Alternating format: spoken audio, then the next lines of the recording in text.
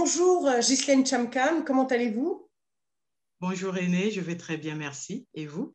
Ça va bien. Alors, comme votre nom l'indique, vous venez du Cameroun, c'est votre origine. Tout à fait, je suis originaire du Cameroun. Et vous vivez en France, où vous êtes coach, spécialiste en gestion du stress et en quoi d'autre? En coaching d'entreprise. Alors, qu'est-ce que c'est d'abord pour commencer le coaching d'entreprise? La gestion du stress, on va en parler un peu plus, mais le coaching d'entreprise, c'est quoi? Le coaching d'entreprise, c'est l'art d'accompagner tout simplement les dirigeants, les managers et leurs équipes à pouvoir gérer leurs équipes en toute bienveillance, sans jugement, et ceci conformément aux valeurs de l'entreprise et en incarnant surtout cette vision de l'entreprise-là et en développant au sein de l'entreprise ce qu'on appelle la collaboration constructive qui pousse chacun vraiment à donner ses idées sans préjugés et vraiment en toute autonomie, voilà. Je suppose que les coachs spécialisés comme vous sont de plus en plus recherchés, surtout par les temps qui courent. Ah, tout à fait, tout à fait. Et le monde de l'entreprise, c'est un monde que j'ai toujours trempé, où j'ai toujours trempé d'ailleurs, parce qu'en parallèle, je suis également ingénieur depuis 15 ans dans l'aéronautique et je construis et développe les moteurs d'avion, voilà, pour l'aéronautique civile et militaire. Et le monde de l'entreprise a toujours fait écho avec moi, donc j'ai voulu me spécialiser en coaching d'entreprise pour rester dans ce milieu-là, parce que ça me parle et c'est un milieu que j'aime bien. D'accord. Alors, moi, j'ai eu envie vraiment de vous rencontrer après la lecture de votre livre. C'est le dernier né, mais vous en avez écrit d'autres. Il est paru, je crois, en février 2021, donc il est vraiment tout chaud. C'est La puissance de croire en soi. Et le sous-titre, c'est Mettez en pratique des clés du succès pour accomplir vos rêves. Alors, moi, j'ai beaucoup aimé ce livre pour plusieurs raisons, parce qu'il se lit très facilement, un peu comme un roman, mais en même temps, il est très pratico-pratique, vraiment pragmatique, j'ai envie de dire. Il y a des conseils très faciles à suivre, et j'ai envie que vous réagissiez à cette phrase qui est extraite de votre livre, à la page 99. Arrêtez d'essayer, vous ne pouvez pas essayer de faire quelque chose, vous le faites ou vous ne le faites pas. Vous ne pouvez pas essayer d'éteindre une ampoule, vous l'éteignez ou vous l'allumez. Essayer ne veut rien dire. Tout à fait, parce que justement, lorsqu'on entre dans une pièce, quand on appuie sur l'interrupteur, on ne peut pas le mettre à un point d'équilibre. Soit on la baisse, soit on allume, soit on éteint. C'est pareil dans le monde des affaires ou bien dans toute chose qu'on entreprend de faire, parce que j'entends toujours les gens autour de moi dire « Oh, j'ai essayé telle chose, ça n'a pas fonctionné ». Ben, ça veut dire tout simplement parce que la personne n'avait pas mûri ou bien n'avait pas vraiment mis les actions qu'il fallait en place pour y aller. Parce que quand notre vision est bien claire, quand notre pourquoi, le why, vers où on veut aller est suffisamment clair, naturellement, les sous-actions contribuant à pouvoir mener à bien ce projet-là se dessinent à nous. Donc, soit on le fait, soit on ne le fait pas. C'est pourquoi, avant de faire, il faut vraiment que cela brûle en nous, que cela vraiment fasse écho avec nous, que ce Vous soit, parlez en beaucoup du fait, mot passion, passion dans votre livre. qu'on soit passionné par ce qu'on est en train de vouloir faire, parce que lorsqu'on est passionné, cela crée en nous ce que j'ai appelé dans le livre une énergie de tonnerre. Ça nous pousse à avancer, à aller de l'avant, quoi qu'il arrive, quelles que seront les difficultés, quelles que seront les embûches qu'on traversera, on va y aller, on n'essayera pas, on foncera, parce que justement, ça brûle en nous. Très bien. Alors, quelques lignes plus loin, vous dites, en donnant évidemment vos clés du succès, certaines clés, vous dites, à ce moment-là, rien ne vous arrêtera. Mais l'un des conseils que vous donnez, c'est le fait de n'en parler à personne. Moi, ça m'a un peu surpris parce que j'ai déjà vu un coaching d'un de vos confrères qui disait au contraire qu'à son avis, il fallait en Oui, parler évidemment à des gens bienveillants, mais il disait que le oui, fait d'en parler à des gens bienveillants, ça vous force un peu à vous dire, tiens, je me suis engagé envers des gens que oui. j'aime, que je respecte et qui m'aiment et me respectent en retour, donc je puisse le faire. Or, vous dites, non parler à personne, parler N'en aux parler autres à personne. objectifs. Voilà. Au tout début du projet, ça, je reste claire avec ça, n'en parlez à personne parce que justement, cela viendra diluer cette énergie de tonnerre qui est en vous. Quand vous êtes clair avec votre vision, vous ne pourrez en parler vraiment aux gens que s'ils sont impliqués dans le projet parce que ces personnes interviendront dans le projet. C'est vous qui incarnez la vision, c'est vous qui portez la vision. Si vous commencez à en parler à tout le monde autour de vous, finalement, vous n'aurez plus suffisamment d'énergie pour aller de l'avant. En parler vraiment à ceux qui vont vous tirer vers le haut, c'est pourquoi j'explique plus bas dans le livre en parler vraiment à ceux qui vont vous tirer, parce que soit ils auront fait la même chose que vous, soit ils auront eu déjà des choses de mise sur pied, et à ce moment-là, ça vous aidera. Mais n'en parlez pas à n'importe qui juste parce qu'il faut parler, non. Il faut laisser son projet mûrir, prendre le temps de le mûrir et que vos résultats parlent d'eux-mêmes. Ce sont vos résultats qui vont parler. N'en parlez aux autres que s'ils sont impliqués dans le projet et que vraiment, si vous ne pouvez pas faire autrement. Voilà. Alors aujourd'hui, vous êtes devenu, et vous l'avez dit au début de notre entretien, spécialiste en gestion du stress. On est dans une société où déjà la période que nous vivons avec cette pandémie, avec le travail qui peut susciter beaucoup de stress pour certains, quels sont les outils dont vous vous servez quand vous coachez les personnes pour gérer leur stress une fois qu'ils vous ont quitté au quotidien et puis que ça soit un travail, j'ai envie de dire, à long terme? Alors, ces personnes, justement, ce sont des outils très pratico-pratiques que dans le cadre d'une interview comme celle-ci, on ne peut pas vraiment entrer en profondeur. Évidemment. Mais pour ce que j'appelle le stress ponctuel, il y a déjà des petits outils que les gens peuvent mettre en place qui puissent les aider facilement. Il y a des outils, par exemple, basés sur la cohérence cardiaque qui va nous permettre, par exemple, de vraiment bien respirer comme il faut, d'une certaine façon, peut-être avant une présentation au sein de l'entreprise ou avant la prise en parole en public. Et aussi, je recommande beaucoup aux gens de beaucoup illuminer les pièces, de beaucoup vraiment illuminer les pièces dès le lever parce que la lumière du jour sécrète en nous ce qu'on appelle la sérotonine, qui est l'hormone du bien-être. Ça vient justement nous apaiser, nous permettre déjà de réduire notre taux de cortisol parce que lorsque nous sommes stressés, le taux de cortisol est tellement haut dans notre corps que cela vient créer une zone acide en fait. Nous sommes bourrés d'acidité et c'est pourquoi très souvent les gens ont des reflux gastriques, ils ont mal à l'estomac, à la boule au ventre, c'est parce que justement il y a tellement de cortisol en eux. Et je demande aussi aux gens comme ça, toujours pour gérer le stress ponctuel et dans le long terme, de choisir vraiment une alimentation équilibrée et variée. On en parle suffisamment, mais c'est suffisamment important d'appuyer là-dessus et surtout de cuire très peu nos repas. Le fait de cuire très peu les repas, ça permet vraiment de conserver tous les vitamines dans nos plats, tous les nutriments qui viendront nous aider même au niveau de la digestion et justement nous aider à favoriser le transit.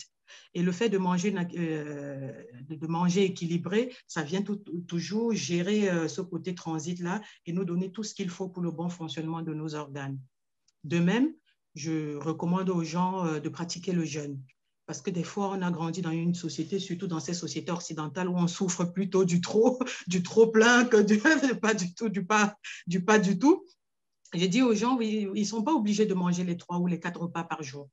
L'individu n'est pas forcément obligé de manger tous ces repas-là. Il faut vraiment manger parce qu'on a faim, pas parce qu'il faut respecter les trois repas. Donc, le fait de pratiquer le jeûne, ça vient permettre aussi de faire redescendre ces taux d'hormones-là qui ne sont rien d'autre que les glucocorticoïdes qu'on reçoit aussi par l'alimentation qu'on reçoit. Parce que le cortisol n'est rien d'autre qu'un taux de sucre élevé dans le corps. Ça peut être apporté par l'alimentation ou alors par les stresseurs externes. Donc, le fait de manger déjà et pratiquer le jeûne, ça vient réduire ces taux de glucocorticoïdes, d'où le taux de cortisol dans le corps. Donc, c'est quelque part des petites choses comme ça que je recommande aux gens. Et dans le milieu de l'entreprise, inciter vraiment les gens à se lever pratiquement toutes les heures ou toutes les 2 heures maximum, au moins pour 5 minutes. Vraiment sortir un peu des écrans, essayer de changer de focus, se changer les idées avant de se replonger dans les dossiers. Parce que je vois beaucoup de personnes, parce que je suis également coach interne chez Thales, donc je vois beaucoup de salariés qui arrivent, ils sont derrière leur écran, ils ne bougent pas la tête, ils bossent toute la journée. Je me pose toujours la question de savoir s'ils sont efficaces toute la journée comme ça. Donc il faut prendre le temps, des moments de pause. Et ça aide aussi vraiment le salarié ou bien l'individu à se détendre, à décompresser et à penser à autre chose. Et aussi, un dernier point qui est très, très important, toujours dans la gestion du stress ponctuel, le fait de se focaliser sur ses 5 sens. Si on sent, par exemple, qu'on est stressé par quelque chose, on commence à transpirer, à avoir la boule au ventre, le fait de se demander juste qu'est-ce que je vois dans cette pièce ou alors qu'est-ce que je sens, qu'est-ce que j'entends. Rien que le fait de détourner son attention quelques minutes du problème, ça nous permet déjà de s'apaiser un petit peu. Dans nos sens, nous permettent déjà aussi d'être détournés du problème et de vraiment se sentir bien pour un moment, je dis bien. Cependant, lorsqu'on est en stress chronique, c'est-à-dire le stress qui est installé depuis en nous, ça demande vraiment une bonne écoute par un spécialiste et un bon accompagnement à prendre en main les outils de gestion du stress plus poussés, en fait. Et ça, c'est dans le cadre de mes accompagnements qu'on prend ces outils en main et on va plus loin parce qu'on vient toucher les croyances de la personne, on vient toucher ses limites, on vient toucher ses valeurs, on vient toucher même ses parasitages parce qu'en tant qu'individu, on est même parasité parfois. Donc, on s'assure toujours en coaching de laisser le coacher vraiment en toute autonomie et surtout avec son écologie et son ontologie préservée. Et on s'assure, parce qu'on questionne, on s'assure que la personne derrière a retrouvé justement ce bien-être. Parce qu'avant tout, avant d'être des fers humains, parce qu'on est dans des sociétés qui nous demandent tellement de faire beaucoup trop de choses et en très peu de temps, nous sommes avant tout des êtres humains. Être dans l'être. Et l'être humain a besoin d'être se sentir bien d'abord dans tout ce qu'il fait. Voilà. C'est très intéressant tout ce que vous dites. Vous avez parlé des outils très simples qu'on peut rapidement mettre en pratique. Il y a évidemment ce livre que je recommande, vraiment. On mettra les liens de toute façon en description. J'ai envie aussi de dire que le mieux, c'est de pouvoir s'adresser à un spécialiste comme vous et de faire en direct du coaching.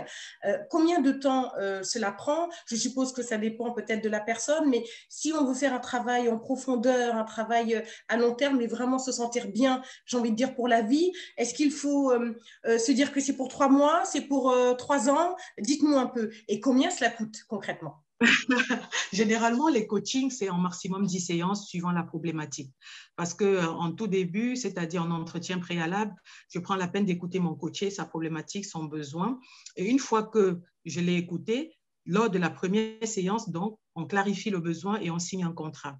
Généralement, le contrat, c'est pour maximum 10 séances, pas plus. Si c'est au-delà, ça veut dire que l'objectif n'était pas bien ciblé. Or, le but aussi de l'accompagnement, c'est vraiment de cibler bien cet objectif-là pour pouvoir donner les clés qu'il faut à mon coaché. Donc, généralement, ça se fait en 10 séances maximum et ça dépend aussi de l'urgence de mon coaché. S'il veut atteindre son objectif dans un délai très court, du coup, on rapprochera les séances, mais très souvent, je leur dis au début, je peux bien rapprocher les séances, mais je ne veux pas trop non plus les rapprocher parce que j'aime laisser un temps en milieu de coaching, surtout quand le coaché est déjà en action, pour qu'il mette en pratique les choses qu'il a énumérées lui-même. Via la formation aussi. Voilà, via la formation. Donc, quand le coaché met en place ces choses, ça nous permet en coaching de réajuster et de voir ce qui fonctionne et ce qui ne fonctionne pas. Parce que lorsqu'on est en accompagnement, n'oubliez pas que le coaching, c'est cette relation d'aide où le coach amène la personne vraiment à faire émerger d'elle ses propres solutions. Le coach n'est pas là pour donner la solution à suivre au coaché, mais tout simplement à l'aider à aller vers son futur rêvé, mais en déployant vraiment les solutions qu'elle incarne. Donc, le coach est là justement pour ça. Or, quand l'individu arrive déjà à mettre en place une liste d'actions, il faut aussi lui laisser le temps de voir si ces actions ont bien pris effet ou pas. Donc, ça varie vraiment d'une personne à une autre. Et la séance voilà, de coaching dure 1 heure et coûte 100 € de l'heure, voilà, généralement. D'accord. Écoutez, c'est très bien. On a envie de vous entendre parler un peu plus. Je conseille pour les personnes qui veulent vous retrouver, de vous retrouver grâce à votre livre, La puissance de croire en soi. On retrouve vraiment toute cette beauté d'âme qui est en vous, toute cette énergie et cette expertise que vous avez. J'ai adoré le chapitre 9 où vous citez un bon nombre de personnes et qui ont un point commun, quoi, le fait qu'ils croyaient en eux. Voilà. Alors, juste, je vous laisse le mot de la fin, Ghislaine Chamkan. Si vous avez un mot à l'adresse des femmes au pluriel du monde qui vous écoutent, la parole est à vous. J'aimerais tout simplement dire à ces femmes que malgré tous les moments difficiles qu'elles traversent, malgré tous les embûches, malgré toutes ces personnes qui ne croient pas en vous, sachez que vous êtes la solution. Vous êtes votre propre limite. Et j'aimerais terminer en leur disant, nous sommes tous des diamants bruts. C'est une citation que moi j'ai déposée d'ailleurs à l'INPI. Nous sommes des diamants bruts. Il suffit de bien nous tailler pour que nous brillons. Chacun a la solution en lui. Il faut juste que nous allions au fond de nous chercher justement notre pourquoi, notre essence même. Et une fois qu'on l'aura trouvé, on développera cette énergie de tonnerre pour aller de l'avant et rien ne nous arrêtera, sauf si nous l'avons voulu. Donc, croyez en vous. Qui croit en soi ne peut que briller, ne peut que rayonner. Voilà.